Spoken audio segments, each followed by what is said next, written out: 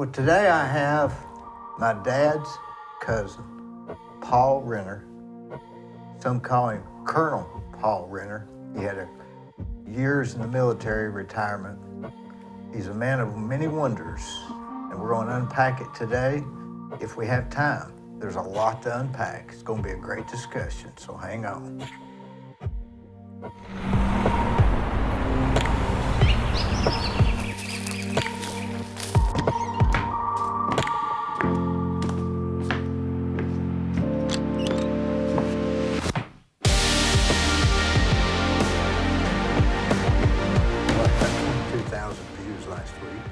Good, yeah. What's your highest number? 106,000. Really good, yeah. You've been doing this, what, It'll be 4 years in January 1st. Yeah. Is that right, Gwen? 4 years? Not 3 years. We're in our third year. Has he been with you the whole time? Oh, yeah. Yeah. He's the best there is. Cleveland boy? Oh, yeah. Yeah. Well, he was raised in Germany, but okay. But he's been here. Sprechen Sie Dutch? Yeah. See, yeah. It's we, yeah. We.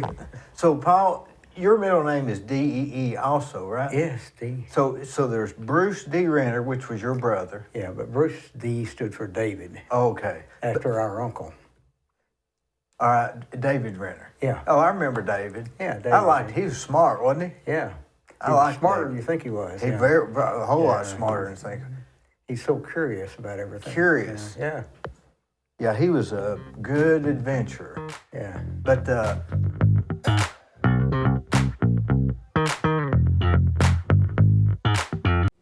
whenever you read a story in the newspaper or see something on television about somebody getting arrested, you naturally assume they're guilty.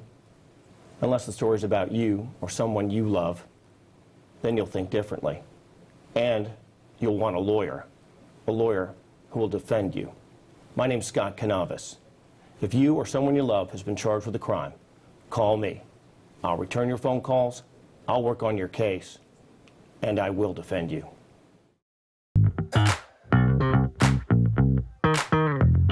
how come you go by Paul and not D? I guess you don't know. I wonder why I went by D. They called me D. But your first name's Robert? Robert D, and you're Paul D. Well. And we're named after this guy here, right? Yeah. Could you get that, Gwen? That's my granddad, yeah. There he is. Yeah. You know, I think I favored him a little bit in my younger days, from the eyes up, maybe. I think you do now, too, a little bit. Get one of me right in the face, Gwen. Put the picture up there. Yes. We got the same eyebrows. Yeah. I'm better looking, but... Dee was a pretty suave guy. Yeah. How old would he have been in this picture, do you know? I'm not sure. He was 76 when he died. 76. What'd he die of? Heart attack. He just... He was a barber, right? He was a very handsome barber. He always wore a suit and a hat. What do you remember? Do you remember... I remember going in there one time and getting my hair cut. Yeah. I've got the radio that was behind his behind his thing. Yeah. It was a green plastic radio. I don't have it with me, but... Yeah. But do you remember much of him? Not a whole lot. He didn't visit very often. First I remember meeting him was a Christmas when we lived in Cleveland. And the reason I remember is for Christmas, he bought me a 5-pound box of Hershey Kisses. Mm-hmm. I love Hershey Kisses. Yeah. So, and I didn't see him again for years. Was he eccentric? He was very much. He was a barber in some hotel up in Knoxville. But he always dressed. He'd come in. I was there one day when he came to work. I guess I was staying with him, but I don't have very many memories about it. But I went to work with him one day, and it was a hotel barbershop, and I guess they used to have barbershops in the hotels. Mm-hmm. And he wore a suit all the time with a tie and a hat. He'd come in, he pulled his coat off, hung it on the hanger, put his hat on the hanger, and he went to work, and I guess I was there all day that day. It's the only day I ever went with him. Reckon he drove there the whole time? Yeah, all the years I knew him, he lived in Knoxville and worked in Knoxville. Oh, okay. Yeah. And he's a very quiet person, almost gentle, you know, in his approach to the way he did things and talked to me. He was always really good to me.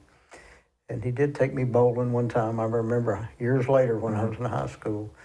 And he occasionally visited us when we lived out in Taylor's community. But, Now, did you grow up in,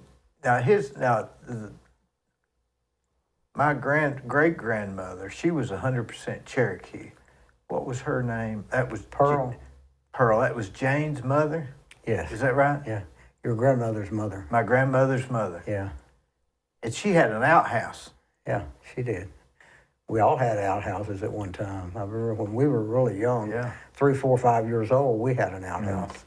We lived out in Taylor's community, you know. It's Close to where Bruce lived? Yeah. Well, Bruce used to live right next door to where we grew up. Did you grow up in that? Oh, yeah. No, I don't guess you grew. Oh, I remember the house that grew up in. Yeah, it's still out there. Yeah, still out there. Yeah. As a matter of fact, David's son owns that place now. Oh, really? My first cousin, and your dad's first cousin. He was David's son, named Dennis. And I know Dennis. Yeah, Dennis lives there now, and he bought that place. He had the son that got hit by a car. Was Scotty? Yeah. Well, that's Dennis's brother. Oh, That brother. was David's son. Yeah. Oh, that's right. Yeah. That's right. What was sad? Well, I wonder if he's still alive. Yeah, he's still alive. He's somewhere in Chattanooga. Scotty. Scott. Why I remember that, I just remember feeling sorry for him. Yeah, he had an accident when they lived in Michigan. Oh. He got hit. He was riding a bicycle one day, and he got hit in the car, and it just destroyed pretty much his whole life. He was retarded, brain damaged after that, and physically he was handicapped. When did you go to Brad? You graduated Bradley. Yeah, right? I was in the graduating class of '62. That was a Steve Sloan class, and that's, it's kind of historic, I guess, and well known by everybody in Cleveland. And actually, my mom and dad had to pay for me to go to Arnold because we lived in a rural area in Taylor's community, out on the east side of Cleveland, off the Bates Pike, and that's where Steve went to school as well for 8 years, and so my brother Bruce and I both went to Arnold. Our youngest brother did not. He wanted to stay out in the community, which was fine. And but it was I really got a good education by going to Arnold because they taught the humanities and a lot of things that weren't taught. I learned later in the rural systems. So, and it was beneficial to me later in life, as I perform my job and stuff. Now, Paul was your dad, and he worked for the printing company, right? Well, he was. Or which When I was a young child, my dad was the superintendent of the White Wing Publishing House, Church of God, and they were across over on Central Avenue, just on the east side of the railroad tracks, as we called it. And he worked there till I was a grown person. I'm a grown man. I was in the military when my dad stopped working there, and I had come home from overseas.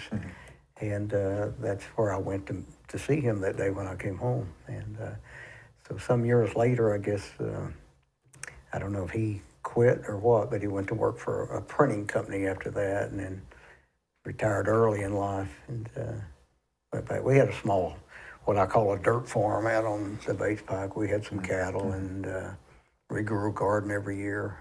And like 10 acres or something, or? No, it was 66 acres actually. Yeah, quite a bit. We had 26 to start with, and then 26 to start with, and then he bought another 40, and later on. But from the time I can remember, I milked cows, and my brothers never did that.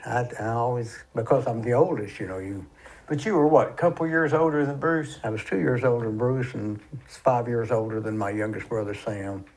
You just didn't make Bruce milk him like Nope, you, or was no. Bruce just The reason sneaky? I always ask that question, the answer I got, well, you're the oldest, and Well, hell, I was going to always be the Yeah, oldest. right. What was I supposed to do? Yeah. I got to wash dishes all my life too because I was the oldest, But it taught me some good things in life, I guess, about being responsible and. You have to wash dishes after every meal? No, only the evening meal for me because I'd go off to school every morning after milking the cows, and I'd show up at school sometimes with hay in my ears or something on my boots, and as I say, I went to school with the city kids, and I made good friends at Arnold. Did you have to ride the bus home? Or they Oh, didn't have a my bus? then? dad, we didn't have a bus in the city, so my dad dropped us off each morning as he went to work, and then I would, every day when I'd get out of school, I'd go to the YMCA, which is just about a block from the school, and that's where I met other kids from Arnold as well. We'd go in there and we'd shoot pool, play ping pong, whatever. My dad would come by about 5 o'clock when he got off work, pick us up, and then we'd go home. And so that was kind of the routine. And of course, Arnold had a lot of good teachers back then. And, and some of the teachers were teachers of the year for the state. Who was the principal then? E.L. Ross at one time, and he's the one I remember, I guess, more than anybody else. And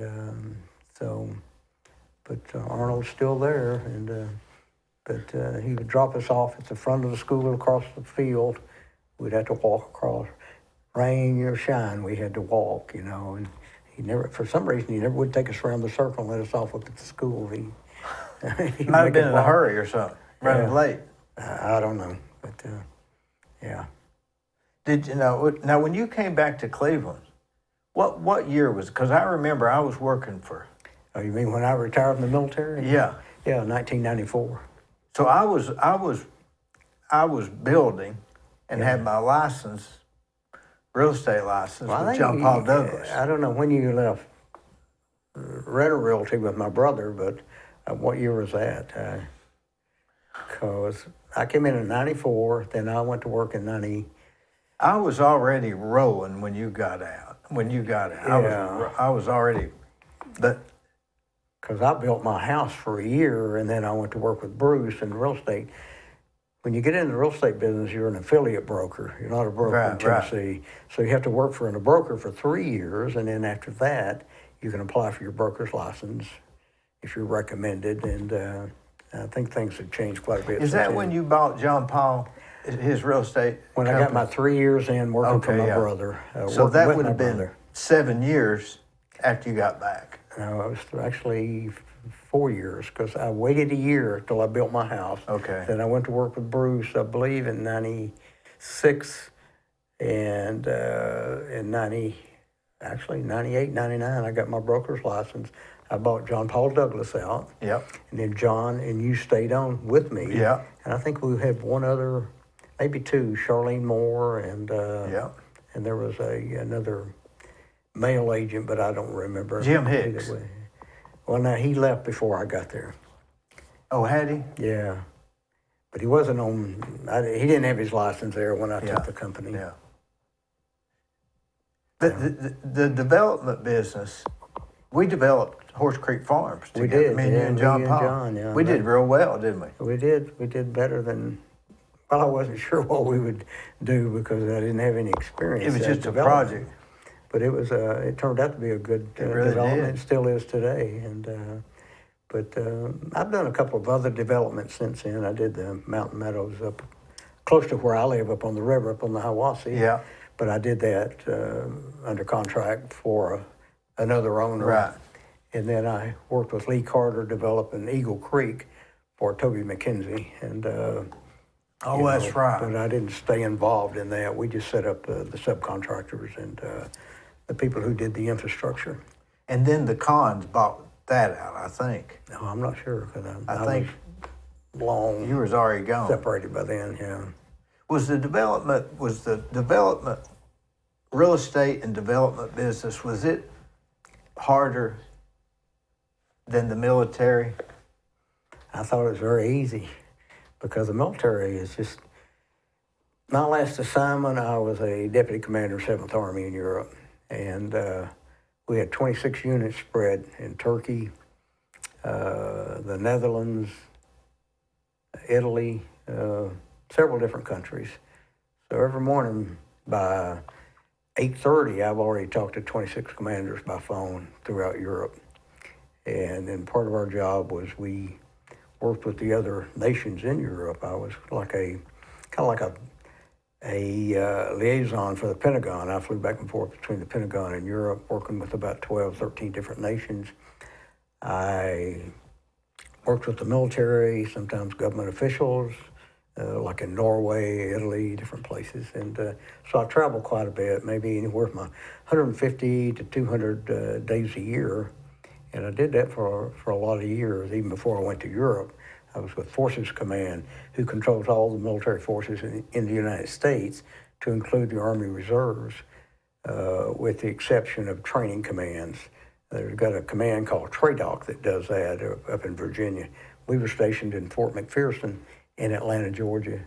A good location for me, good airport because I travel so much. And then I was in the Pentagon back and forth for meetings and things of that nature. I was on what they call the Board of Colonels in the Pentagon. I used to fly up every Tuesday morning for meetings, fly home that same night. Maybe later in the week I might be in 6th Army in Presidio, California. I might be at Fort Sheridan up in outside Chicago, or Fort Sam Houston in San Antonio, Texas. And it's kind of an exciting life, but it gets old. A lot of people used to say, hey, boy, you got a great job. Well, it was. And I enjoyed it, but it wears you out, you know. How long was you in? 24 and a half years. So what possessed you to go in the military? Was that the draft at the time, or what? No, I wasn't worried about that. You know, we come from a very patriotic family. You know, my dad was in World War II. He flew in B-17 bombers, as I understand it. He was in Casablanca during the war, and we had always talked about my going to college when I finished high school, and my junior and senior year, I was just told, you know, we didn't have a lot of money growing up. We grew a lot of what we ate. We grew in our own garden. We had our own milk. We had our chickens. We had animals. We had pigs and a variety of things. And I was told, you know, you'll have to pay your own way through college. Well, I'm very naive at that point in life. I have no idea how this is going to come about. So I thought, well, I'll go in the military, and so I did. And there wasn't a war going on nothing then? going on. You know, I was going to go in, get my 3 years. The military is very big on education, and I thought, well, maybe this will allow me. And I knew they still had a GI Bill. You know, I looked at the GI Bill. I looked it up and realized, you know, I could go in the military for 3 years and maybe come back out and go back to school on a GI Bill. And be what? Did you have any idea? I had no idea. But it's ironic, I guess, in a way, and a little funny, because when I was a kid and we played, you know, cowboys and Indians and all that crap you play when you're a kid, and Army, and I always wanted to be an Army colonel. Mm-hmm. And who would ever have thought, you know, with, I guess, the background I had, and that I would ever actually achieve that. You know, I remember going into the Army as a private and just admiring some of the officers, even the captains, thinking, Jesus. Well, you had to respect the upper. Yeah. Oh, you know, it's a very authoritarian society, you know. That's one of the things I really came to like about the military. Was that. If there's a guy that's a higher rank, does it matter if he's right or wrong, or do you just have to follow it? Well, that depends on you. You know, I mean, you're supposed to, but there's certain moral lines, I guess, and things that becomes an individual decision. But if you make the wrong decision, there's certainly consequences for it. So, you know, you just have to use your best judgment. Why did you go in the Army instead of the Marines or something? Well, I wasn't tough enough to go in the Marines, you know, and I didn't think I was smart enough to go in the Air Force or the Navy. So, you know, I'm just trying to be honest about it. 'Cause, you know, I guess kind of in some ways you grow up, or I did grow up with a little bit of a inferiority complex and stuff, just because we didn't have a lot and felt like I had a lot to overcome, or I wasn't sure I could even, mentally or physically or whatever, achieve some of these goals that I'd really thought about. And that was kind of a slow, long road for me to realize that, hey, I can do this, And so when I got in the military, it seemed that I truly excelled in almost all the military Was schools. basic training hard? Mentally, more than anything else. Physically, I was in good shape. I didn't have any problem at all physically, but I did a little bit mentally because I had a lot to overcome. So, Do you think the mind can overcome when the body can't? oh yeah, How much more? Yeah, but you gotta believe. Can the mind really control the body? Yeah, it did in my case. It's kind of a long process, and it's What do you have difficult. to tell? What do you have to tell? What does the mind have to tell the body? Well, you have set goals and objectives, or I did, And some things I thought, well, I can't really do that. I don't think I can. But in the military, they give you that opportunity, And, But like climbing a hill or running. Oh, With the mind. but see, I'd done that my whole life. I grew up outdoors pretty much. I used to go to church on Sunday night and Wednesday night. I lived 2.5 miles from the church.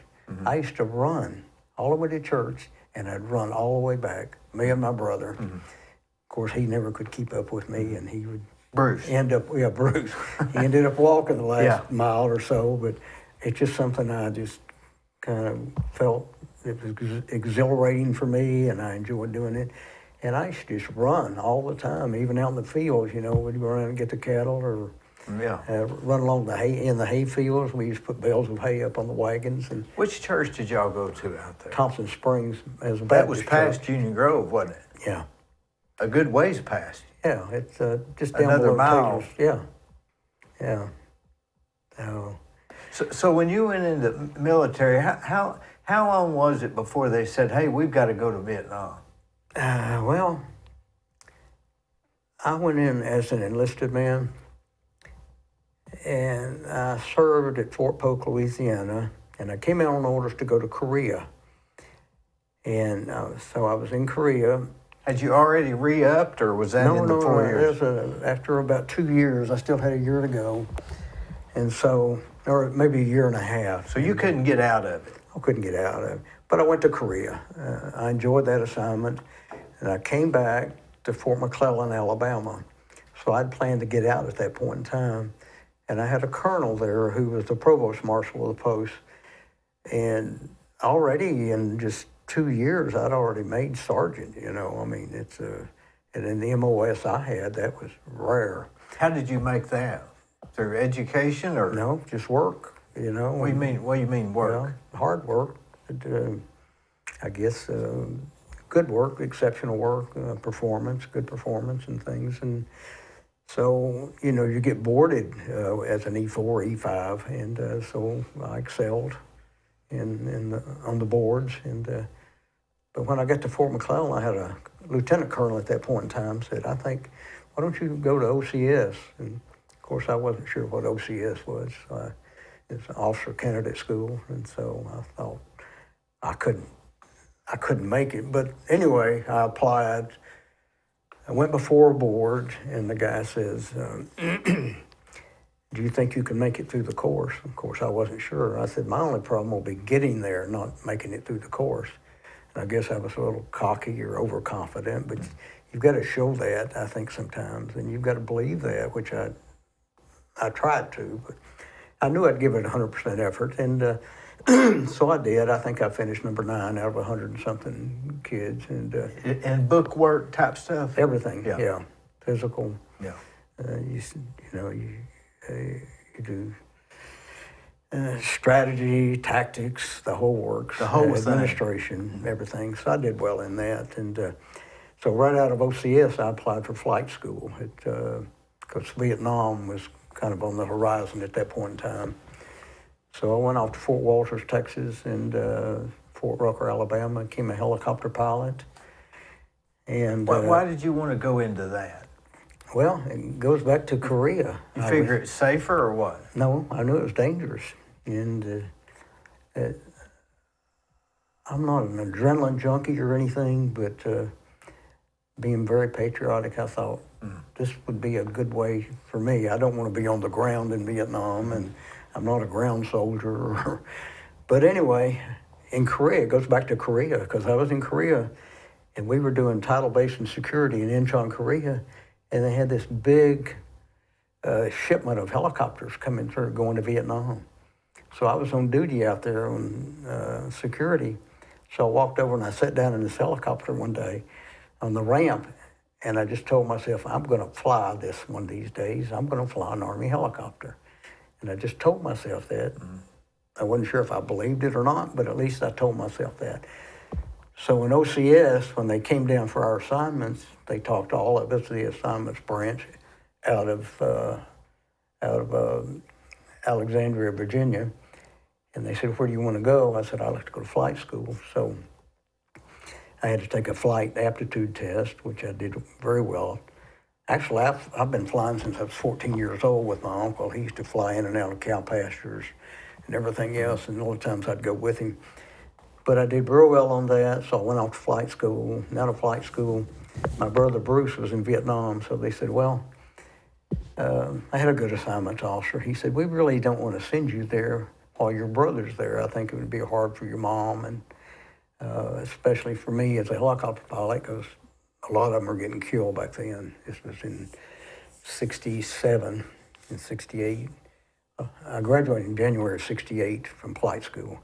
So they sent me to Fort Carson, Colorado, which in a way was good. I flew search and rescue missions in Huey aircraft, helicopters, for about 6 months. And the density altitude, the high elevations were very similar to that in Vietnam. So I learned quite a bit in flying up in the mountains. So from there, they said, well, your brother's on the way home, but we're going to send you down to Panama, Jungle Warfare School, teach you how to survive in the jungle in case you get shot down. I think I was the first helicopter pilot to go through that course in Panama. What did they teach you? Well, they teach you what you can eat and can't eat if you're out surviving in the jungle. You'd be surprised at what you end up eating. Even down there, they have a smorgasbord of all the good ants and scorpions and grasshoppers. So you had to learn to eat them? You learn how to identify, just like of the plants. You know, you learn to eat certain plants. If it's bitter, you know it's poisonous, you don't eat it. And then you learn all about the snakes and the jaguars and all the other stuff down there. It's a 21-day course. It's broken down into 2 or 3 different parts. One is they teach you truly how to be an assassin, and that's one of the reasons they, in later years, shut that school down. The American public became aware of that, and they didn't. I guess they kind of protested in some way. I don't know what it is, emails or complaints, but what have you. And but they teach you also tactics and how to evade, escape and evade an enemy that's chasing you.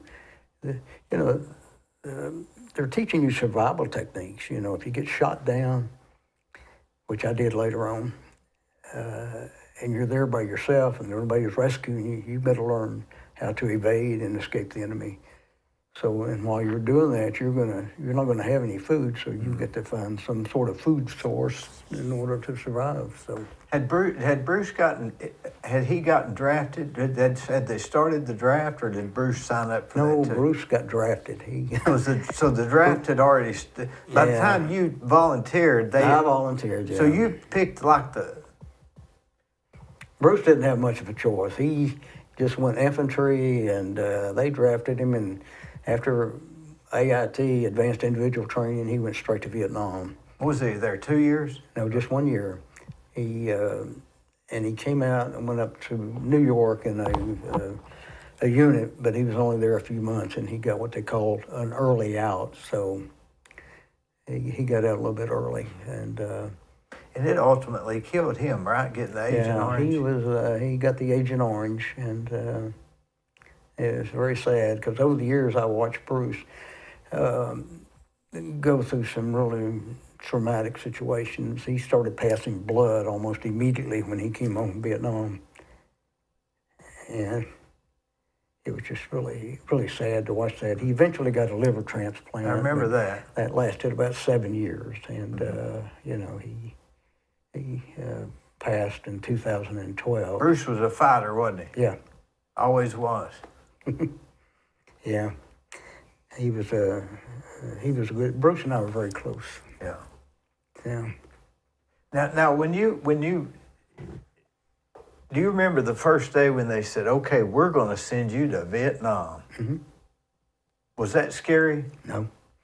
Let me tell you, it's a little story, and I don't know how a lot of people are going to react to things I say here, but I remember being in flight school. We were training to go to Vietnam, and we would talk about this. We'd go to the officers' club at night and drink beer and all that good stuff, you know, what you do in the Army. Yeah. And I kind of had a philosophy about all of this, but I was afraid at one point in time that the Vietnam War would end before I could get there and do my part. That was the patriotic or the I don't or know what why. they. I really don't know which. But the guys in my class were hoping the war would end before they would ever go because they knew how dangerous it was. It was adventuresome for me. It was exciting for me, the thought of actually being in combat, because it's, you know, they kind of glorify that in movies. Sure, and they books were and things. already brainwashing you, I guess. And I grew up that way, you Yeah. know, thinking that, playing the cowboys and Indians and Army and all that stuff. And so I was mentally ready for that. And so right after flight school, on my way out, getting ready to go to Vietnam, they sent me to Cobra School. That's an attack helicopter, the newest thing out. And I had seen the Cobra when they flew it into Fort Walters, Texas. I was driving home one day from training. I'd been out flying that afternoon with an instructor, and they'd flown in a Cobra and sit there on the parade field. I'd never seen one in my life. And here it is, fully armed and just sitting there. And I thought, what the hell is that? You know, I said, I've got to fly one of those things. So if you're in the top 10% of your graduating class in flight school, you can request a transition. Well, at that point in time, I had no idea how I would finish. So when I did finish, though, I wasn't in the top 10% of my class. So they asked me if I would like to go to Cobra School. And I said, sure. So I went to Hunter Army Airfield in Savannah, Georgia for about 6 weeks en route to Vietnam. So I went to Vietnam, showed up into a replacement down in Nha Trang. That was 17th Aviation Group. About what year? That was in 1968. Right. And so they said, is there anybody, and there was about 20 of us pilots in there that morning and came in. We come in the day before. They said, do we have any Cobra pilots or Chinook pilots in here? And I said, well, I'm a Cobra pilot. And a good friend of mine Paul Lake was a Chinook pilot. So he and I went to Pleiku. That's up in the Central Highlands, and that's the 52nd Aviation Battalion. It was the largest aviation battalion in Vietnam at that time. And I was assigned to a Cobra unit, or the Cobra unit, was only one. There were only 2 Cobra units, I believe, in Vietnam at that time. So I remember them flying me to Pleiku, and I landed there at the operations right there on the airfield, had my duffel bag, set it down, walked into operations. They give me a helmet and a flight suit. They said, go change. I mean, I don't even have a room or anything at that point in time. And I said, well, okay. So I did. And the Cobra pulls up. They said, get in. We're going to give you a check ride right now. So I said, well, okay. So we got in. I went out and fired and did some other things that were required to get my orientation out of the way. So the next day, I'm flying missions. And we flew the What would the mission be? Well, Did you get it on a piece of paper or what? No. Operation has a big board where it gives all the pilots their assignments, aircraft tail numbers, and who you're flying with. So, and you're assigned to a platoon. I was assigned to the 1st platoon, and Captain Higgins was my platoon leader. I later took that platoon when he left. And I became the platoon leader not long after he left, or as he left, but it wasn't that long. But I can remember the next morning, we flew Special Operations Group missions. It's called an FOB, Foreign Operation Base. We didn't fly missions in Vietnam. We flew missions over in Laos and Cambodia. So you're based in Vietnam, but you fly. In our case, we flew to Kon City, which is just north of Pleiku. That's the Special Operations, Special Forces compound. And we land our aircraft at Kon, then they fly us over to the little compound where the Special Forces are. And it truly is just like the movies. You go in and you go back to a little room, they pull the curtains back, it's dark, and they've got this big briefing board map lit up. Of course, I'm a first lieutenant at that time. I'm sitting looking at the board. My platoon leader's there and the other crew is there. And so I finally asked a question, where are all these little red dots here around the target that we're going to hit, the first target? He said, oh, well, this is a 37 millimeter anti-aircraft gun. These are quad 50s. These are small arms placements. This is a 23 ZSU. Things are going to be shooting at you. Yeah. God. So, and they told us right then and there, your targets are all heavily armed. You're heavily armed, so every day it's a firefight because you have specific targets that you have to hit.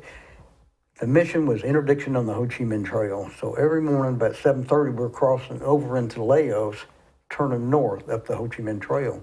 That's where all the supplies, ammunition, troops, everything come down the Ho Chi Minh Trail and infiltrate into Vietnam, right in the tri-border. That's Vietnam, Laos, and Cambodia. So our mission was to destroy as many enemy vehicles, ammunition trains, personnel, shipments, whatever. And every day, my longest flying day was 17 and a half hours. That's 17 and a half hours without shutting the engines off. We did hot refueling, we did hot rearming. What does that mean, hot? I mean, in the air? No, you come back in, you don't shut down, you just friction everything down, hop out, put fuel in it. Take a leak and get back on. Yeah, and put new rockets in. My ship, sometimes we carried 76 2.75 inch rockets. That's a lot of rockets. 6,000 rounds of 30 caliber in the miniguns and 600 rounds of 40 millimeter. So we were pretty heavily armed. And could you tell then when somebody was firing at you? Was there any? yeah, it sounds like popcorn when the small arms, like AK-47s, when you're coming in and hitting a target. And the others, the 37s, the 23s, you can see them because in the 50s, you get tracers off of that. And Can you dodge them? Is that a thing? it's too late when you see them. So it don't matter if you hear. You just be glad you didn't get hit. That's all you can do. And of course, you're more careful because you can't quit. You have to go back around. I mean, you may make 3 passes on a target before you completely destroy it in some cases. And so you just have to be careful. And I did get shot down December the 19th, 1968, hitting a bridgehead. We had armed that morning with heat rounds, high explosive, anti-tank, 17-pound warheads. Our first pass, as we're getting ready to pull out, you know, I know we're kind of in trouble here because going by the cockpit is something just a little bit, maybe like a soccer ball. It's just a bluish, creamy color going by the thing there, and you can see the heat off the round, and that's a 37 millimeter. And when we came back in the second pass, we got hit. So, you know, round came through the front of the Cobra and took out the co-pilot. And the second round went up past my seat, up through the engine fuel cell. So we were kind of we were burning on the way down, you know. So you're sitting next to somebody that had been shot? Yeah, he's my front seat guy. I'm in the back seat. Cobra has a front, just like a jet. Who's flying? Both of you? No, he has emergency controls. I'm the aircraft commander, and at that time I was the mission commander. So you just, you know, my first reaction was, because we lost a lot of pilots in our unit, and we lost a lot of aircraft because of that mission. So my reaction was, and my only thought was, today's my day, you know. So, but it's something you can't explain. Maybe other people went through the same thing I did. I don't know, other pilots that got killed or shot down. But I knew when I crossed the border that morning, I told my co-pilot, his name was Ben Ide. I said, Ben, I got a bad feeling today. So the hair on the back of my neck stood up. I said, so if I get hit, I thought I was going to get hit. I said, take the aircraft quick and move out, get us out of here. So, but unfortunately, it was Ben that got hit. And you just have to execute an emergency procedure, emergency landing, Which is what, land immediately? Well, you don't have any engine and you're on fire. So the military training programs are truly the best in the world. They teach you how to find a spot as quick as you can. They teach you the maneuvers you have to do on the way down, which is to immediately unload your rotor system and take your blades from this way down to this way. So you have a sprite clutch in your transmission. It immediately disengages the drivetrain to your rotor system, and it becomes a freewheeling disc. And by loading it, and the weight of the aircraft, it keeps that rotor blade spinning. So the rotor So it system's slows not it loaded. down just a little bit? Well, when you get hit, that's what slows you down. But as we turned right, I spotted an area. But you have to realize we were in the mountains, so. Well, how did you know it was a safe area, or did you just say Oh, it's an area? You just had to be an area. Oh, I landed right in the middle of about 100 NVA. I mean, they were getting out of my way because I was going to land on them. And so, but the military training is truly good because when I landed, I had zeroed out my airspeed, did an initial pitch, pull, and then just softly landed in the elephant grass. But we were on a slope, so we just slowly rolled to the right. And, we had 3 Hueys with us. The Hueys are there mainly to rescue us in the event we get shot down. So, What are Hueys? Huey helicopters. The big, So they were sort of following? Well, they stay in the back about 5 miles out, Okay. So So they're like they're out of danger. they're like the ambulance or something. Yeah, and they're there in case we get shot down. So how long did you have to stay there before you got? It was about 10 or 15 minutes. I got hit. I got hit initially with shrapnel from the 37 millimeter, and then I got hit with a 30 caliber across the neck. And So somebody had shot. oh yeah, they were all around us. So they were shooting into my aircraft. I was standing outside my aircraft, trying to get the co-pilot out, but it's just one of those things that you're not sure if you're going to make it or not, but I was firing my weapon back, and I don't know if I ever Just firing into the woods. into the elephant grass. Yeah. There's big tall Just grass all around us, and I had a 9 millimeter Swedish K automatic weapon, and I fired 105 rounds, and the gun jammed. So, about this time the Huey came in to pick us up too, and of course they got a door gunner and a crew chief that's firing all the time too, and so that kind of. Did they back off then? I guess The they enemy did, yeah. They started moving out. So they've kind of got pre-runs to. Yeah, so the crew chief and the Special Forces medic, they always have a Special Forces medic on those aircraft, came over to rescue me. How they get down? Does that helicopter Yeah, land? they just landed right Okay. over up on the hill from us, Yeah. and so they came over and helped me get Mr. Ide out of the cockpit, and we put him back in the Huey, and they flew out, and flew us to an underground hospital up in Docto. Was there any chance that they would have just left him there, or is that a no-no? No, I wouldn't leave without him. That's just a rule, right? Yeah. Of course, I didn't, that's just something you don't do, whether it's a rule or not. Yeah. I didn't think twice about it. Because they were telling me, come on, and I said, Yeah. no. Yeah. So when you get the underground hospital, was that like the enemy didn't know that was a hospital? Was it that meant under? This is a fire base out probably 30, 40 miles from. So it's safe. It's in Vietnam. Yeah, it's a safe fire Yeah. base. And up in Doc To, it's up in the Central Highlands. And so they you know, I knew Mr. Ide was probably dead because when I tried to get him out, he was a mess from the explosion, and so, and they treated me, and you know, they flew us back into Pleiku Air Base, and so I had my arm in a sling for about 3 or 4 days. So you get a few days break.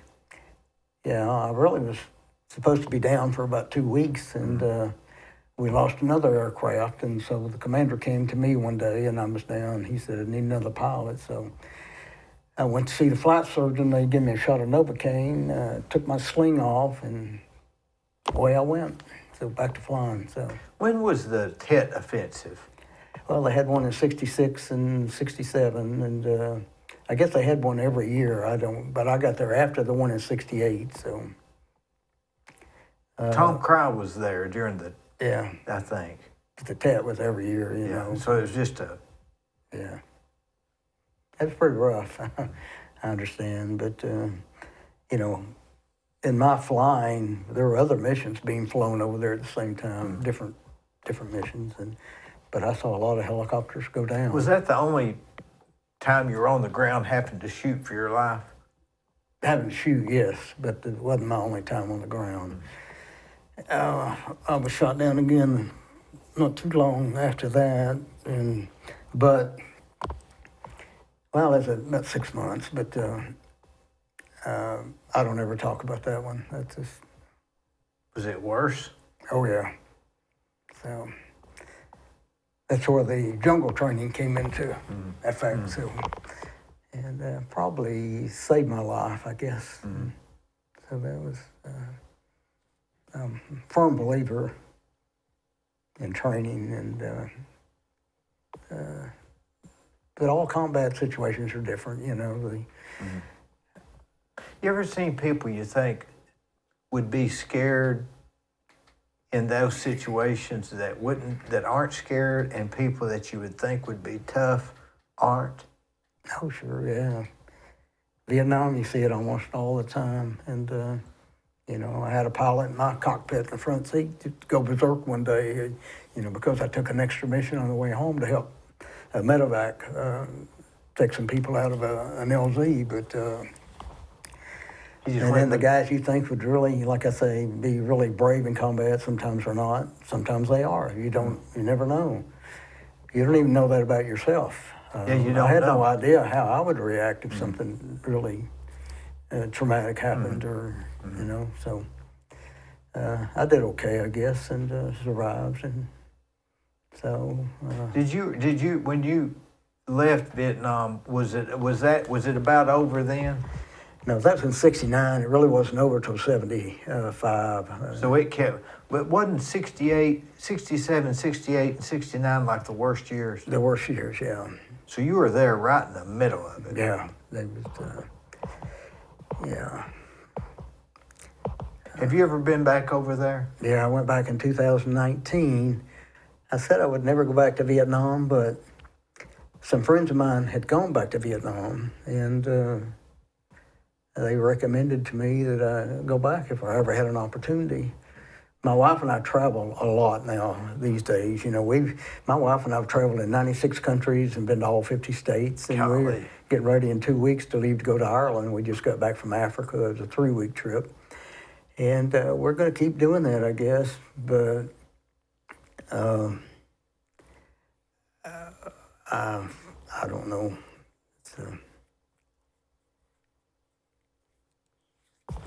Going back, did that help anything? Yeah, Getting closure? I went on a 5-country trip, what it was. I went to Burma. I always wanted to go to Burma. Don't ask me why. I always wanted to go. And there's some other places I want to go, Mongolia. And, you know, my wife's not sure about some of these places, but I've been to almost all the European countries, Asian, South America, China, and all over. But Vietnam, I went to Cambodia, Laos, Thailand. And on Christmas Eve, Christmas Eve of 2019, we're landing in Saigon. And when it's a very modern country today, of course, I'm sure we're paying for it, and China and everybody else, but the people, to me, were so gracious, especially when they found out I had been there during the war. Mm-hmm. I mean, they would just hug you. And my tour guide, his dad had been a captain, an engineer in the South Vietnamese Army. So he insisted on taking me to meet his dad one afternoon, and I did. And his dad actually had been stationed at Pleiku, same place I was, at the aviation battalion, but with the South Vietnam unit. And when his dad met with me, he really hugged me and cried, and he told me through his son, because he didn't speak English, and so that he had gone through almost a year of re-indoctrination or indoctrination into the Communist Party. He had been tortured for a long time, and he was just truly happy to see me, and I was happy to see him. I truly felt sorry for what he had been through, but Vietnam had changed so much by then. They have it's like a Chinese capitalistic society in that they have businesses now, restaurants, shops. Mm-hmm. Of course, they give most of their money, I guess, to the Vietnamese government, mm-hmm. and they keep probably enough to live on. But it seemed like almost a free society, actually. And so my wife and I were there, I think, 3 days or 4 days, and flew back home. But it was a good experience for me. It helped me to kind of unload a lot of, not animosity so much, because I understand that, I'm a soldier, just like their soldiers are soldiers for their country, and they did what they believed in, mm-hmm. for the most part. I believe that. We did what we were believing. The soldiers are just instruments of war,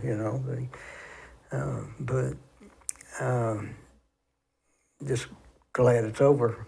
I would not have wanted to have flown or been in combat in Afghanistan or Iraq, which a lot of soldiers have been for the last few years.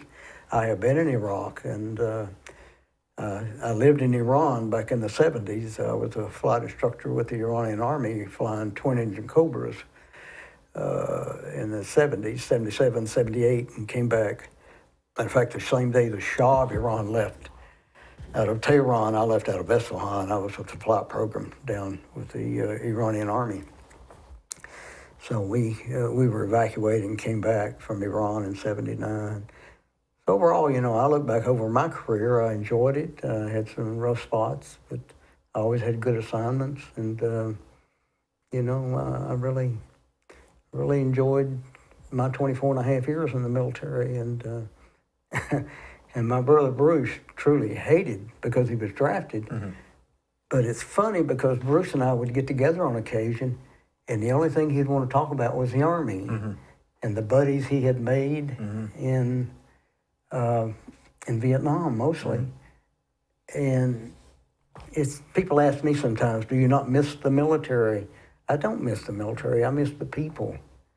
The friends, mm-hmm. and I stay in touch with a lot of them. They've been to see me here in Charleston. I live up in Charleston, and I've been to see them.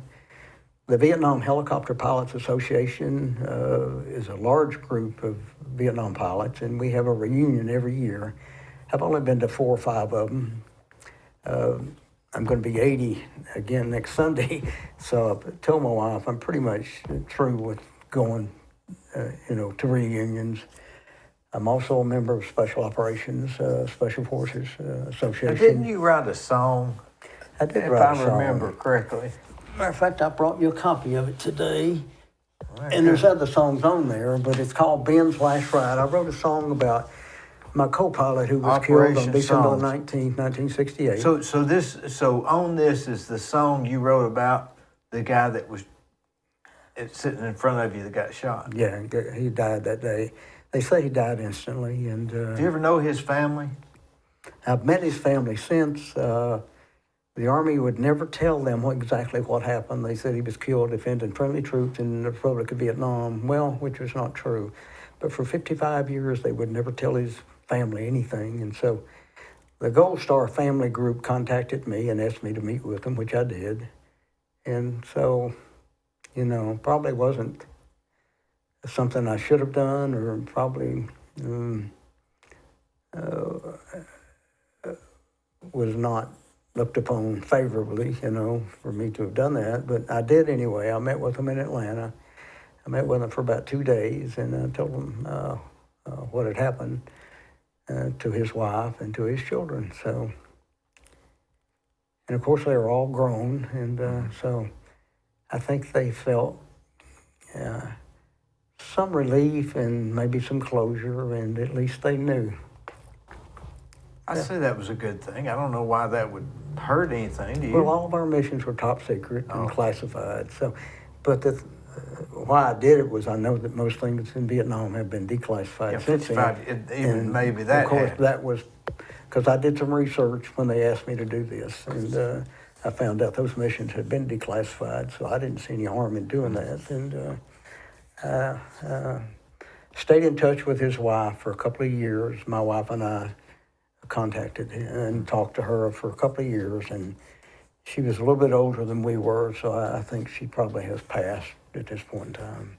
How many songs on there did you write?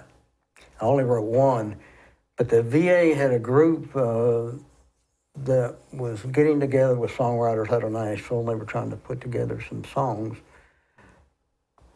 So I was with the first group of about 6 people, and we all wrote our own songs, and I took my song to Nashville and talked to Don Goodman. He's a songwriter who wrote the song Old Red for Blake Shelton, and so he liked what I wrote. He didn't change anything, and so it's just my original song, and it just kind of comes from some deep feelings I had about that particular day, and so it's been played evidently across the United States. It's played at some Army posts. His wife, my co-pilot's wife, who I wrote the song about, she actually heard the song in Denver, Colorado. She said there can only be one Ben Ide, so, and that's when she contacted the Gold family and asked that they contact me. What is the Gold family? That's mostly it's a group that, their family members have been killed in combat. Oh, yeah, the Gold Star. I didn't know if it... I think some of them have been maimed in some way. They've been, they've lost legs or arms or something, or been... So she would be a Gold Star family, I guess, right? Yeah. Well, they were part of the Gold Star family, yeah. So after Vietnam, everything sort of, you just became administration and teaching? No, I came back from Vietnam. I was a company commander at Fort Knox, an armor company commander. Aviation was not a branch at that time, so you were either infantry, armor, artillery for the most. Those are combat arms. I always wanted to be a combat arms officer. I didn't want to be an administrator. That just it just wasn't me. Yeah. So anyway, I had a company of 250 men and 17 tanks at Fort Knox. I actually worked indirectly for General Patton. He was a 1-star at that time. That's General Patton III. That's the son of the guy in the movies, and in Europe. Yeah. So, and we had a good command. My command was the honor company every quarter. I was there out of about 30, 40 companies. So I was very proud of that. And because we did I remember the first week I took the command, my field first, he was an E7. He came to me and he said, Captain Renner, we're going to have a road march Saturday morning. And I said, you do this every week? He said, yeah. So I said, well, I'll be here. And he said, it's a 12-mile road march. I thought, crap, I'm just coming out of Vietnam. Yeah. I can't do that, but I'm going to try. So anyway, I got there that morning. We had all of our men lined up ready to do the road march. And he pulls up a Jeep and a driver for me. I said, what's that? And he said, well, that's your Jeep. The company commanders ride and we do our march. I said, No, I think I'll walk with you. So anyway, I started right up front with them. About 2 hours later, I'm about halfway back. At the end of the day, I got blisters on both feet, and I'm in the tail end. Yeah. But after about 3 weeks, I'm right up front. I stayed there, you know, and I was there about a year and a half, and as a company commander. And Is it a certain march? Is the march the same, just like on Gomer Pyle? Is the march a the little bit, same? yeah. We take different routes occasionally, you know. But I mean, the Oh, yeah. step. Oh yeah, That's always the same. Yeah, same. Wonder why some countries have different. You know, you see the Well, Russians. The Orientals are the staunchest, you know, and the Russians a Yeah. little bit. But it's Seems like our way would be better for the long yeah, haul. yeah, they're more practical. Yeah, you more know. practical. Yeah, and Does the others are for show, I think, more Yeah. than anything else, because they do a lot of that. Is the chanting for cadence make a difference? Yeah, it kind of it's a rhythm to it, you know, and it makes it easier.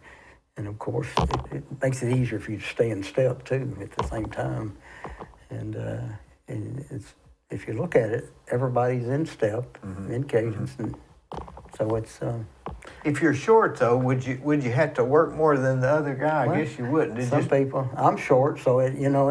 But do you have to take the same step stride as the others? Yeah, but you know, the old drill sergeants, they have it down. They keep it pretty. Were you ever a drill sergeant? No,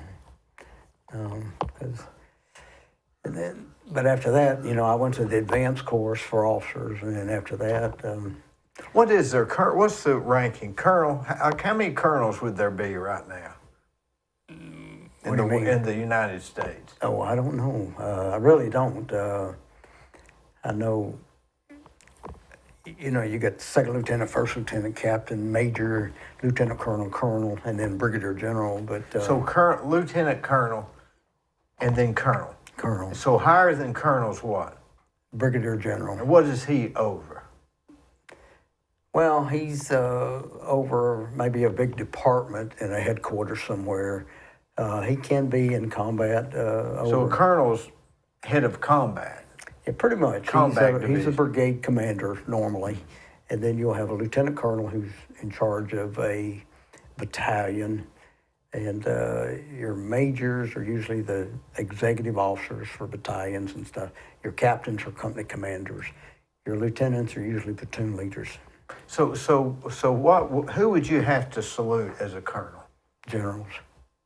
Brigadier general? Brigadier, all the generals. 1, 2, 3, 4 stars.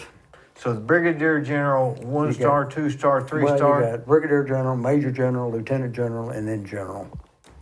There's your 4. And then who's above that? Well, another 4-star generals are like chief of staff of the army or joint chiefs of staff, but the commander in chief, the president. Well, you're not far in all practical sense from that, are you? As far as No, I got out in June of '93, 1 June of '93. September 23rd, I came out on the brigadier general promotion list. So, you know, but there's no way they would tell you that you're going to be promoted or be even considered. I wasn't notified, and I got out what I thought was a good reason. I'd been in 24 and a half years. I was about 47 or 48, and my wife, 39 years old, got pregnant, and we had a son. And I traveled so much for almost the last 10 years, I just decided it might be a good time to retire. I was living in Europe. Mm-hmm. So I got out in Europe, and I taught schools there in the DOD high school system. And my mom and dad were getting on up in the years and not in really good health, so I decided to come on home. And so we did that.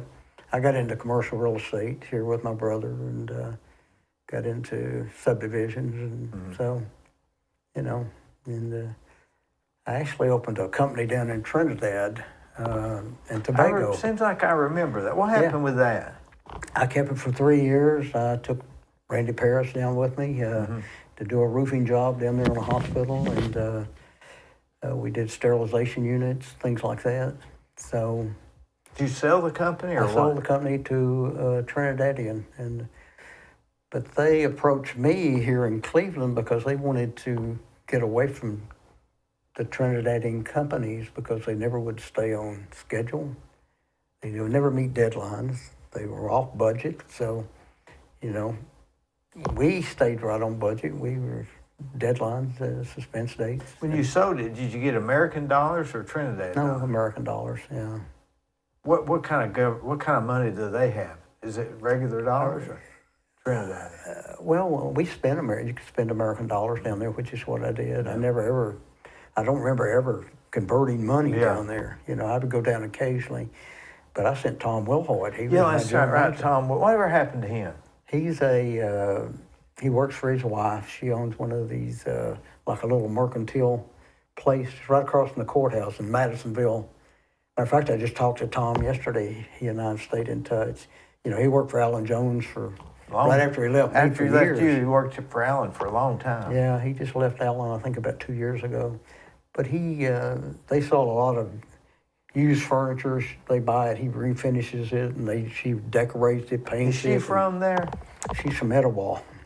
So, It's a yeah. long way from home, Yeah, man. Tom and I, we were in the first grade together all the way through Bradley, and then he worked for me as a realtor and then as my general manager for about 10 years in the construction company. So, and I guess we just always been good friends, and I think he's doing okay, and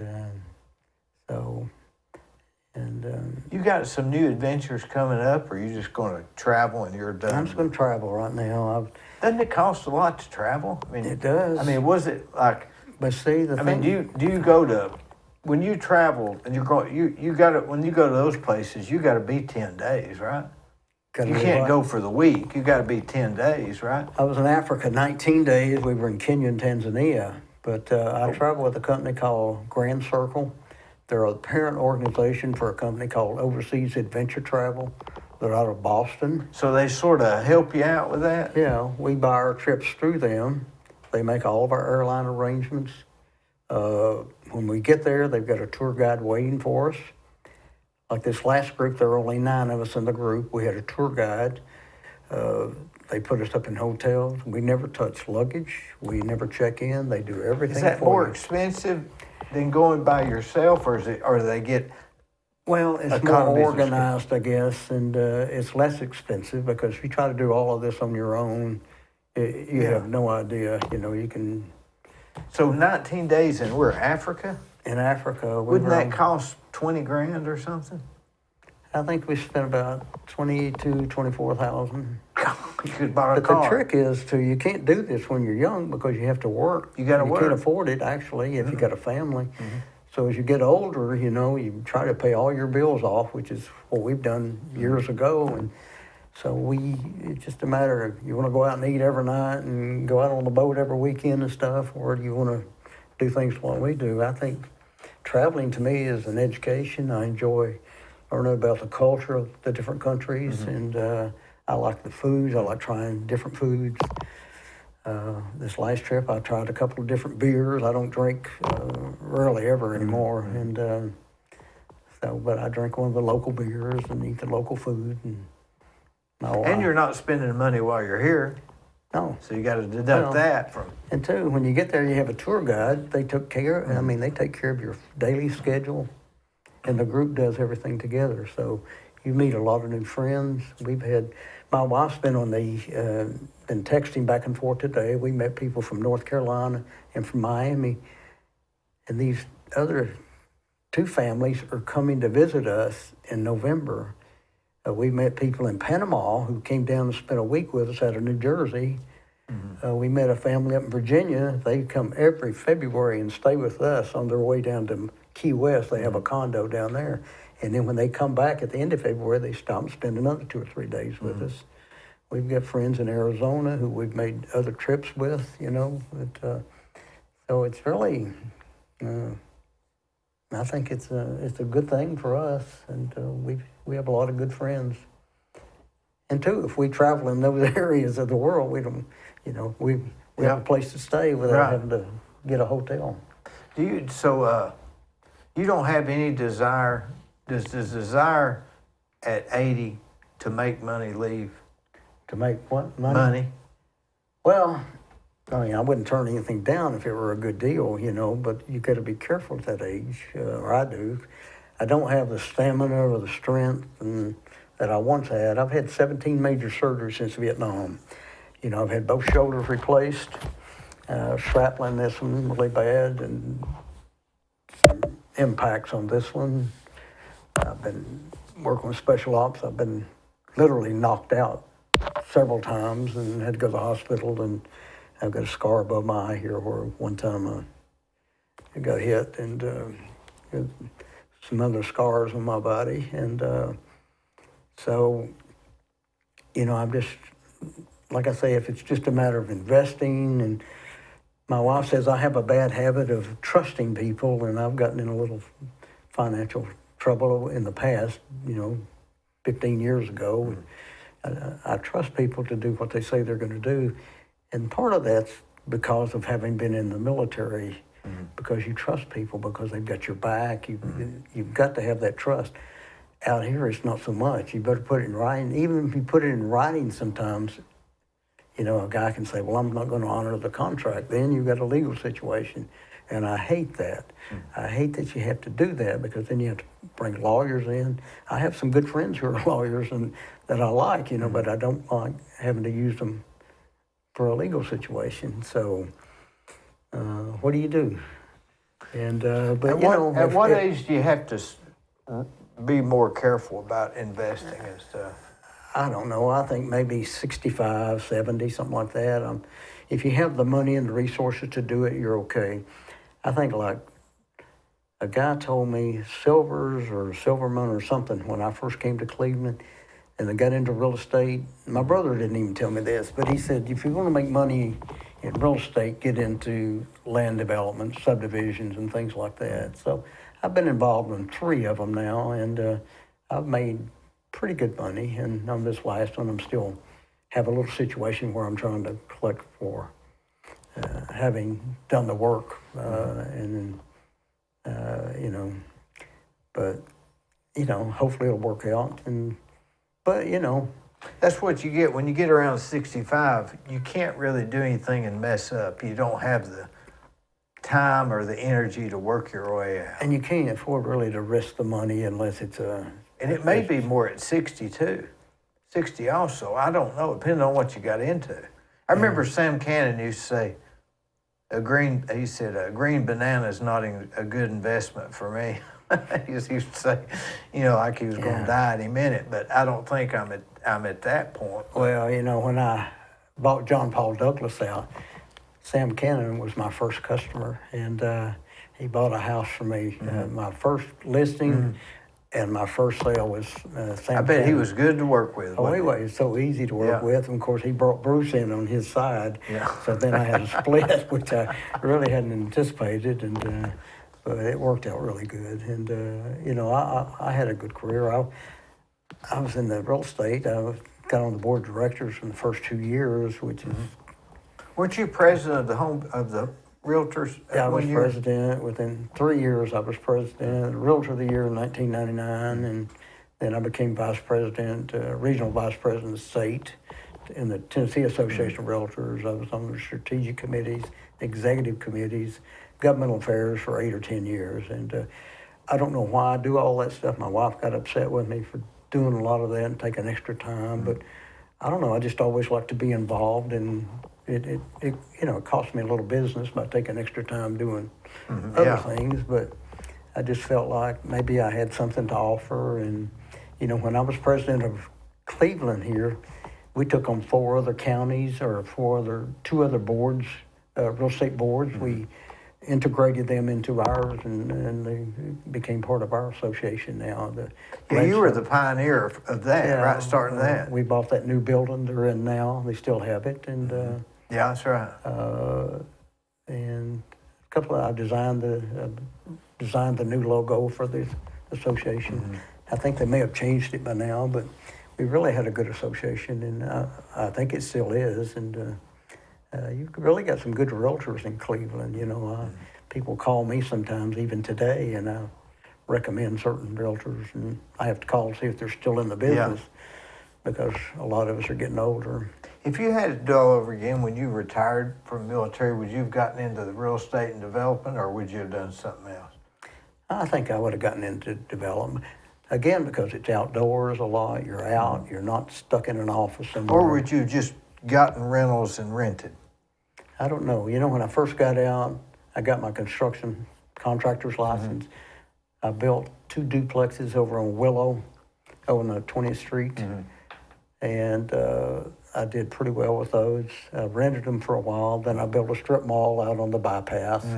And I did pretty well with that. And I just got tired of managing realty. You know, later on you can get people to manage it for you, but I wasn't into that at that time. I had the time and I could make the effort. And but I just got tired of getting called out on Friday nights, Sunday afternoons. They only call on Friday afternoon at 4:30. That's why it's good to have a manager.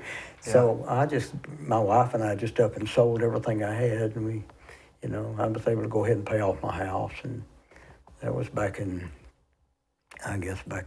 What year was that? 2000, 2001 or 2. So If you had to be I don't want to make you feel old, but being 80 years old, hey, I don't feel old. you know, I mean, how old do you feel in your mind?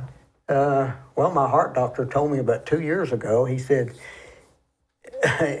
"You've got a 25-year-old mind in an 80-year-old body, or 75." He said, "You're going to have to slow down." I'm hyper a little bit because I like to get out and hike and stuff, but I've got to play.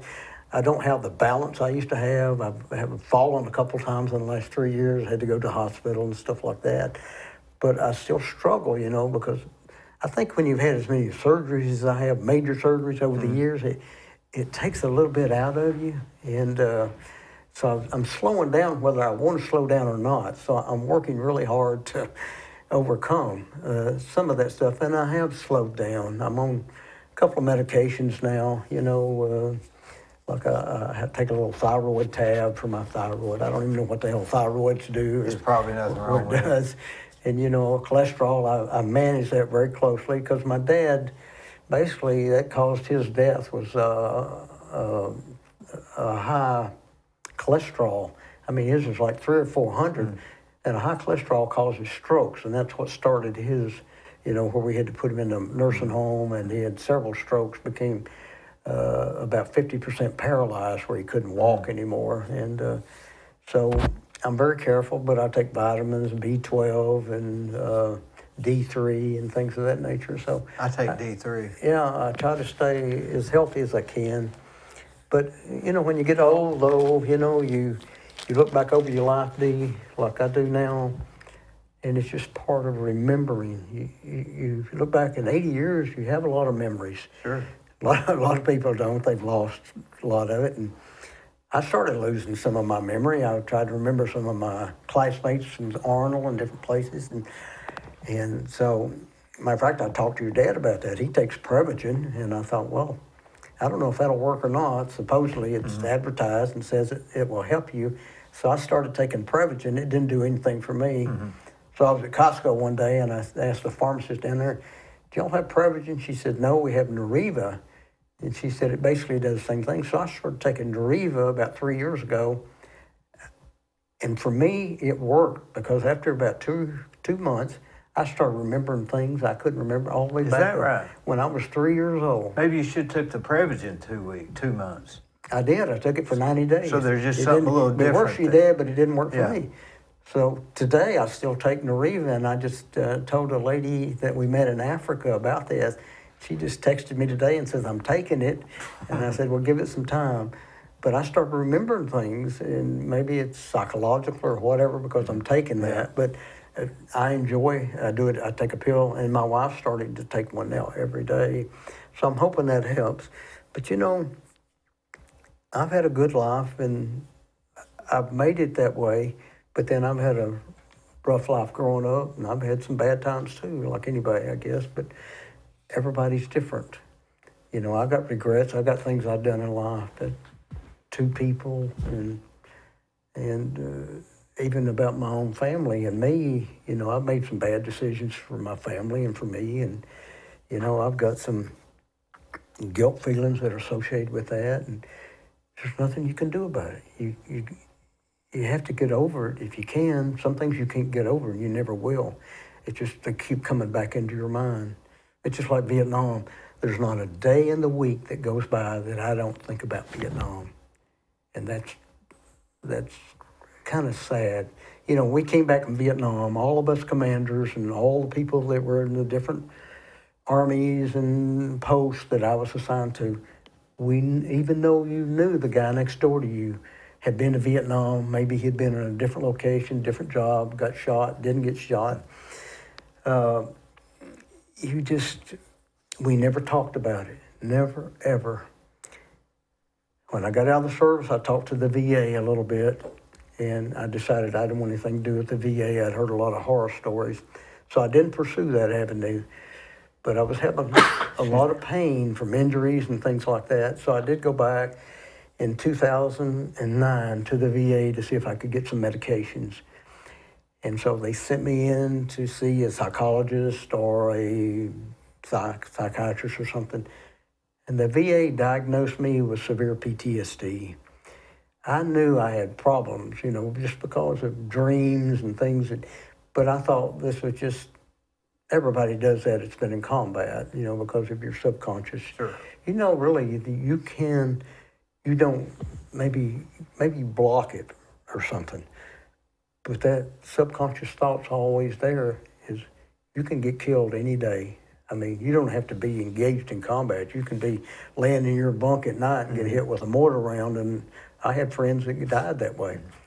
And it's just, you know, it's just something that I thought I could handle. But after I started going to the VA, they wanted me to come to counseling for a few sessions for an evaluation of PTSD. And PTSD is real. I mean, it's, you know, I think my dad had it after World War II, because my dad would get pretty rough sometimes. And back then they didn't treat it, they didn't even acknowledge it. They just called it battle fatigue or shell shock or something like that. But what the VA and the counseling does for you, it teaches you how to live with it. Fortunately for me, I never brought it into the family. You know, I still have what I call a Vietnam day, sometimes 2-3 times a month. And I just get out. I've got 70 acres where I live up on the river, and I just go walk. You know, I'll go back in the woods and just walk around, or I'll go sit down by the river, and I'll be out of the house 2-3 hours.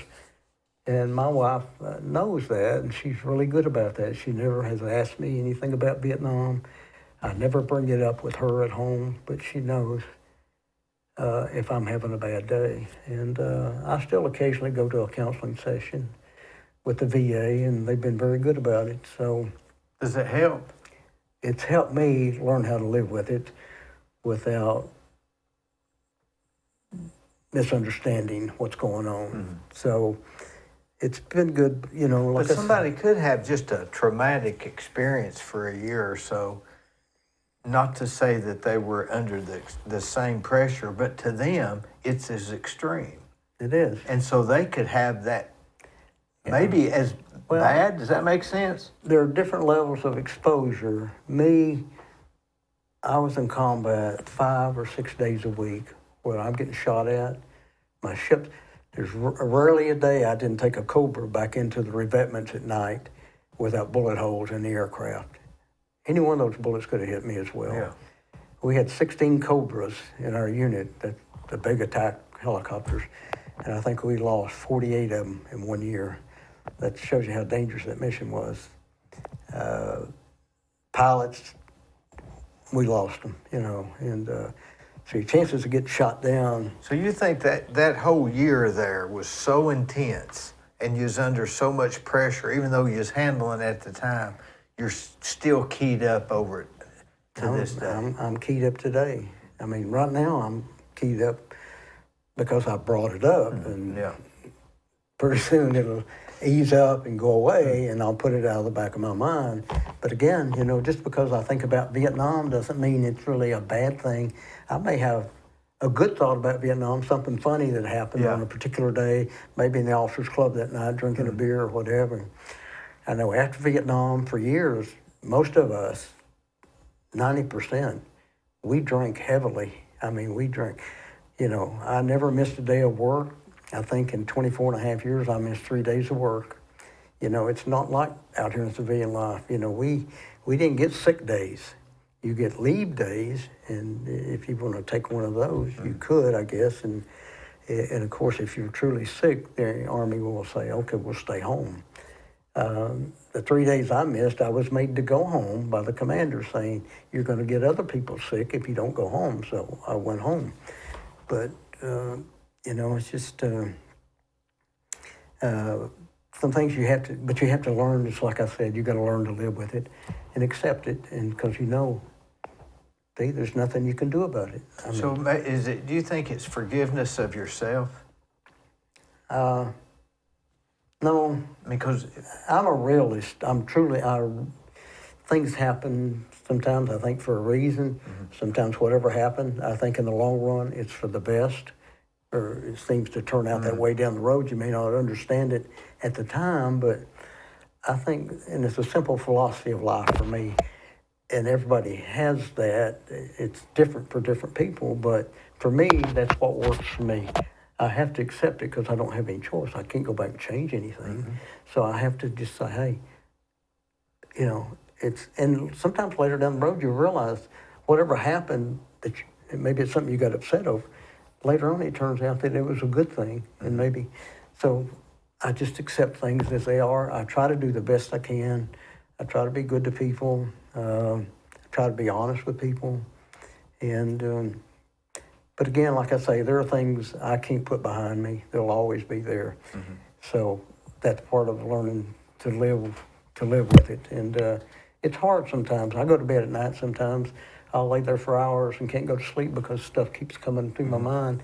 And some nights I come in and I'm so tired, I just lay down and go to sleep immediately.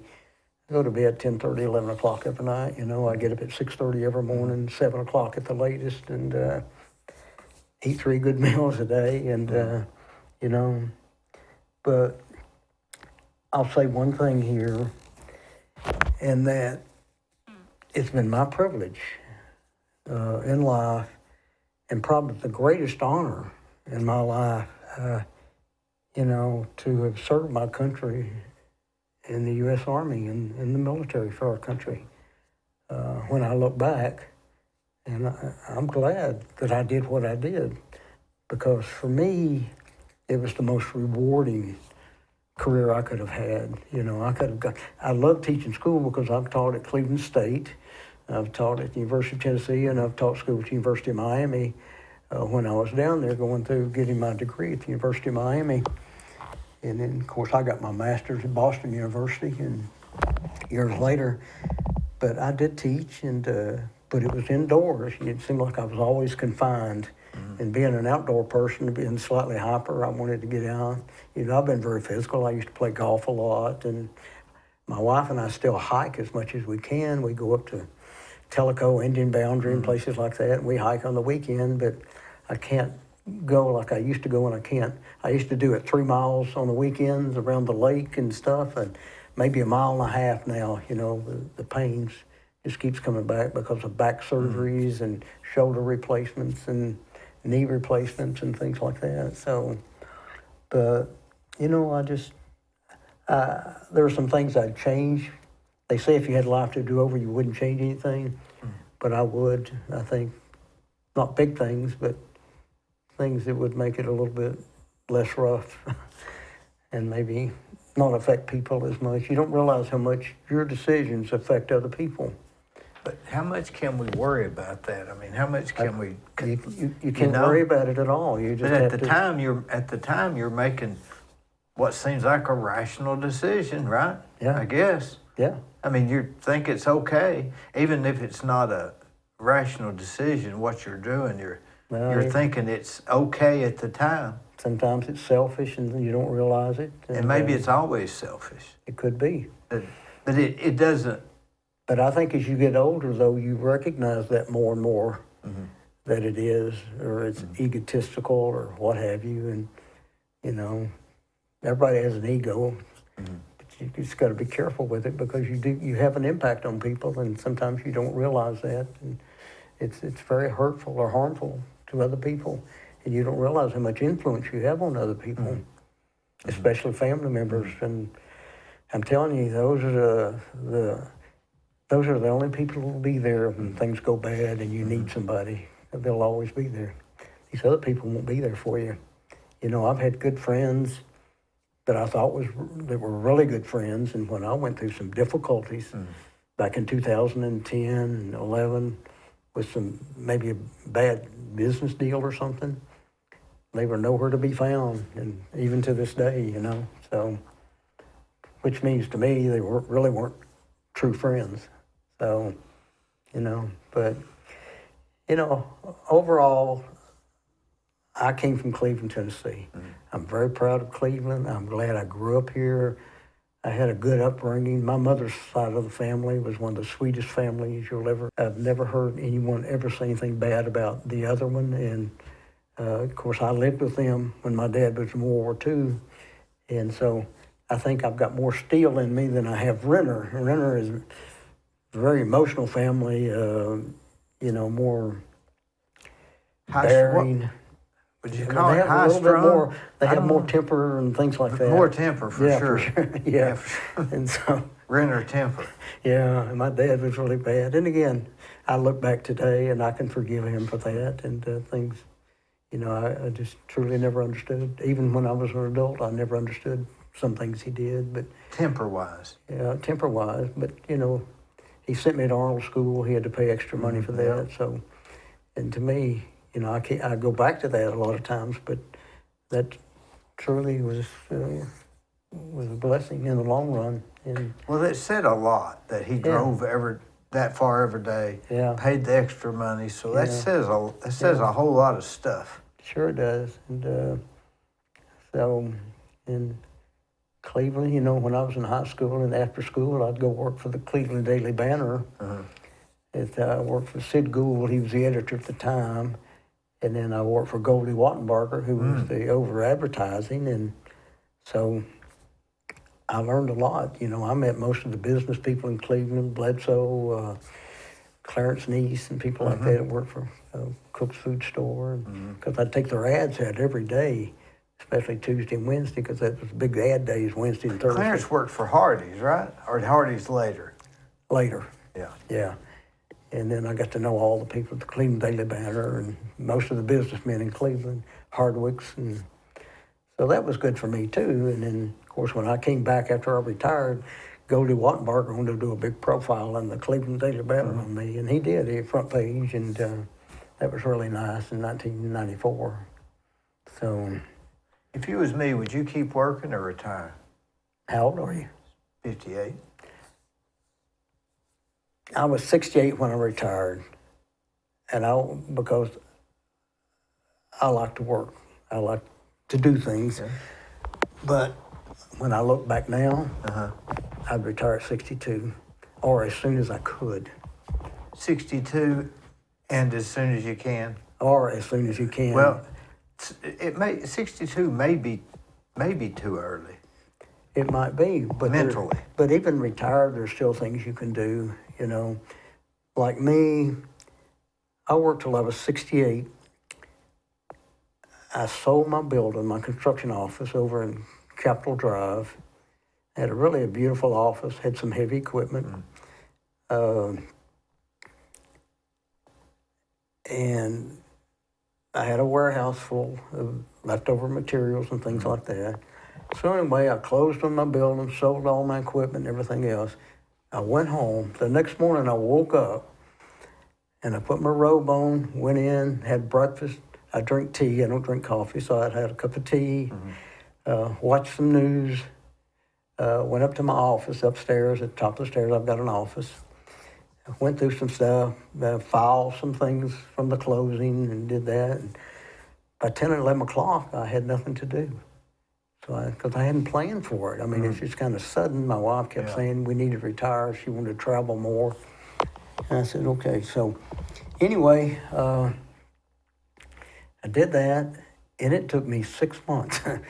I mean, I had to start trying to get hobbies. And even now, I still have spare time sometimes. I text a lot of friends today that I didn't do before. I'm thinking about taking up bird watching or something, just to, for entertainment. We still hike as much as we can. People come to our home for dinners and stuff. See, if you're 62 doing that, it could have been a real mental strain. Yeah, for me it would have. So it worked good for me, but that I did go to 68. But looking back, looking back, I'm thinking, hey, at 62, I could have spent more time with my son. But look at all the extra money you made in those 6 years. Yeah. I mean, who knows? I know. That's why I have the retirement I have today. I'm very comfortable. I mean, that 6 years, you're rolling by then, people don't question your charges, et cetera. We use our money now just primarily for traveling and put the rest in safe, in savings. And even you asked me a question a few minutes ago about if I'd like to keep investing, things like that. I have money saved up, but it would have to be something really good. I'd like to partner up with somebody, maybe be a silent partner, and nobody even know I'm a partner forever and ever, and maybe make a little money on my money. But not long term, short term. Yeah, it's short term. Or, at 80, you don't know if you're going to be here tomorrow or the next day, and I don't know. But how many of your relatives? Is there anybody lived real long? Didn't Pearl live long? Didn't she live real old? No, our grandmother, my grandmother, she's I think about 86 or something. Seems like. Of course, my granddad was 76, but he lived over the old Cleveland Day School up on top of a hill. Yeah. And he got snowed in that day, or didn't get snowed in, but he was out and he drove his car home that day, and there was snow on the drive going up the hill. He couldn't drive up it, so he got out and he walked up the hill. And when he got inside, he just collapsed and died of a heart attack. So that was Dee, right? It was Dee, yeah. Yeah, because I think that's where I went and got my hair cut at that time. He had already come back to Cleveland and was working out of a little building. See, I was gone at that time. That's steeplechase. At Cleveland Day School over the hill. Over the hill, yeah. Why I remember that, I'd have no clue. Don't remember anything else about it. I think my dad inherited that mobile home he lived in, so. Probably. He was living here. He had moved back down here, I think, when I was in high school. And of course, after high school, I kept working for the Banner. I worked for Mayfield Dairy and things like that, on weekends. And I just did everything. I worked American Uniform, loading trucks and stuff at night. I had like 3 jobs at one time. And that's what I'm saying. Maybe we got to live like we're going to live to be 105. Well, your dad and I talked about that, and I told him I want to make 100 anyway. I've been in 96 countries. I want to make 100 countries before I die, so I've got 4 to go. That's 110 grand. At least. Right? Yeah. The Ireland trip, pretty reasonable. But are the Renners, what's their nationality? Is it German? German? Yeah, you go look at a German telephone book. Probably 20-25% is Renner. Renners. Yeah. And actually, there's a big department store downtown Berlin, because I lived in Germany for 7 years. A big department store downtown Berlin is called Renner Department Store. It's a huge store. What about Dee Renner's? So he was married to Pearl? He married to Pearl. Then he was married to someone else. Then he married Eleanor. Eleanor was such a nice lady, and that's just all I remember about her. And but I guess they got. We don't have any pictures of Pearl that I know of. Do you? I may have some. She looked like my grandmother, Jane. Yeah, a little bit. Black-headed. Just Cherokee Indian. Yeah, but yeah. Paul? She looked like she was more of an Indian, though. Pearl did, than your mom, than your grandmother. And my grandmother looked like an Indian still, though, didn't she? But she's a very pretty woman. Pearl was 100% Cherokee Indian, if I'm not mistaken. And then her sister Julie. Julie, what was her last name? Taylor. They were Taylors. Yeah. And then she married Dee and became Pearl Renner. He went by Dee, didn't he? Yeah. He had the same problem I did. Well, see, you get it. People think I have a female name. People, as I grew up, nobody called me Dee. They called me Paul D. So I had two primary names. I still call you Paul D. Yeah. But people just call me D. Everybody on my mother's side of the family calls me Paul D. Yeah. Even to this day, Yeah. you know. And my sister-in-law, my youngest brother's wife, Judy, you can call them, hey, Paul D. And even my nephews and nieces call me Paul D.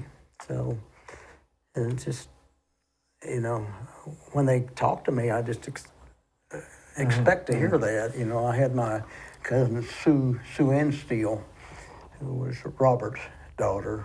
She lives in Atlanta now in an assisted living home.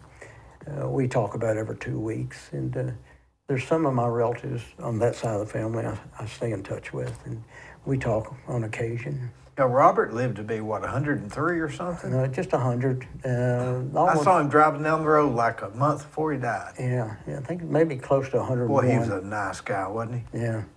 Salt of the earth, right? Yeah.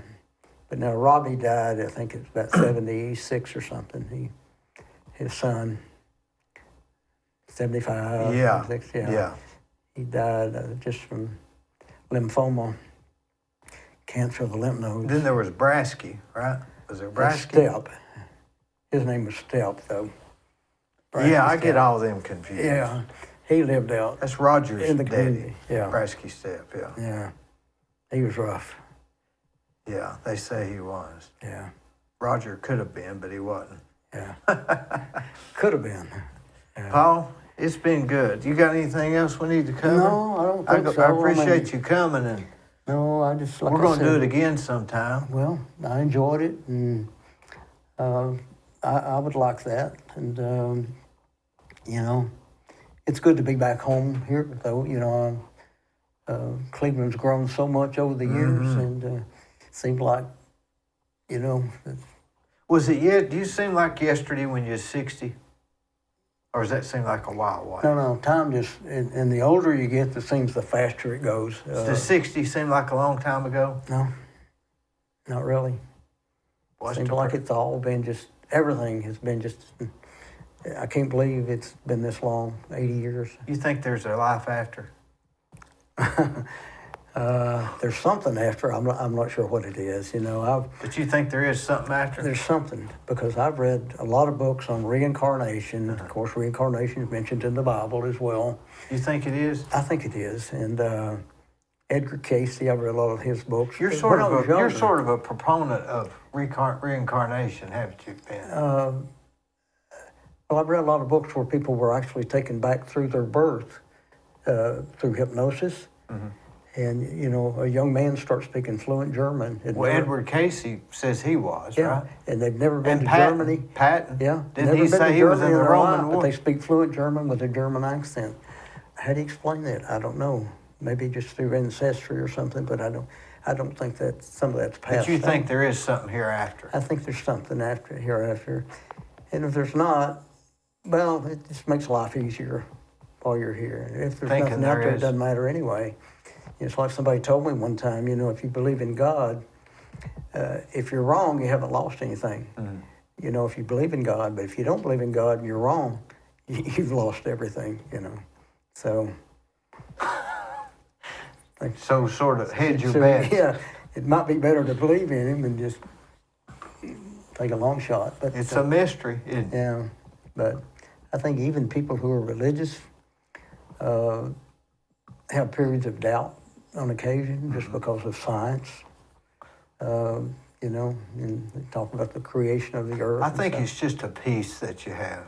You know, people say religion's a crutch, you know, that helps you get through life. And so I don't know. I have my own beliefs, and I'm sure everybody else does too. But, you know, I grew up in the church 3 times a week, so it's been a total Did you stay going to Baptist church till you was driving, or even after? I was very active in the church until I went in the military. And then I'm working on Sundays, I'm traveling on Sundays. So till then, you were active church, you were an active Baptist. Church has kind of become big business in some ways these days. Then it wasn't it? No, back then it was truly religious.